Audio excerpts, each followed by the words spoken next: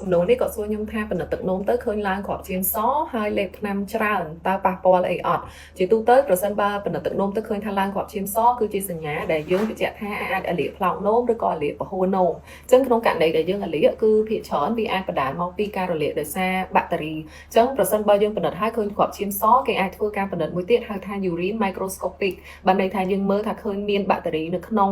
ទឹកនោមរបស់យើងនឹងឬក៏អត់ប្រសិនបើបាក់តេរីនឹងពិតជាមាននៅក្នុងទឹកនោមរបស់យើងមែនគឺយើងត្រូវប្រើប្រាស់ថ្នាំសា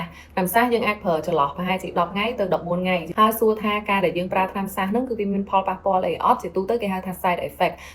បានន័យថាផលរំខានហ្នឹងវាអត់ប៉ះពាល់អីដល់សរីរាង្គរបស់យើងទេវាគ្រាន់តែធ្វើឲ្យយើងចង្អោរធ្វើឲ្យយើងចង់ក្អួតធ្វើឲ្យយើងញ៉ាំបាយអត់បានគឺថាអស់កម្លាំងលហិតលហៃអីអញ្ចឹងណាក្នុងកំឡុងពេលប្រើថ្នាំសាសប៉ុន្តែពេលដែលយើងឈប់ប្រើហ្នឹងក៏វាលែងអីទៅវិញទៅប្រសិនបើយើងប្រើនៅក្នុងកម្រិតត្រឹមត្រូវកម្រិតគេហៅ dose របស់គ្រូពេទ្យឲ្យនឹងត្រឹមត្រូវហ្មងគឺជាទូទៅវាអត់ប៉ះពាល់អីទេប៉ុន្តែមិន apply ទៅលើគ្រប់មនុស្សទេបានន័យថាប្រសិនបើក្នុងករណីថាគាត់មានជំងឺពាក់ព័ន្ធជាមួយនឹងខ្សោយតម្រងនោមឬក៏កម្រិតតម្រងនោមរបស់គាត់ខ្សោយអីខ្លាំងអញ្ចឹងអាហ្នឹងគឺយើងត្រូវប្រើប្រាស់ថ្នាំសាសទៅតាមកម្រិតសម្រាប់អ្នកខ្សោយតម្រងនោមអញ្ចឹងអ្នកដែលគេតម្រងនោមល្អសុខភាពល្អគេមានកម្រិតប្រើប្រាស់ទៅតាមសុខភាពតម្រងនោមរបស់គេអញ្ចឹងការប្រើប្រាស់ថ្នាំនីមួយៗខ្ញុំតែងតែណែនាំទៀតថាគឺត្រូវតែជួបពិគ្រោះឬក៏ពិនិត្យជាមួយនឹងគ្រូពេទ្យឲ្យគ្រូពេទ្យជាអ្នកចេញឲ្យញ៉ាំជាពិសេសគឺថ្នាំសាសហ្នឹងហ្មង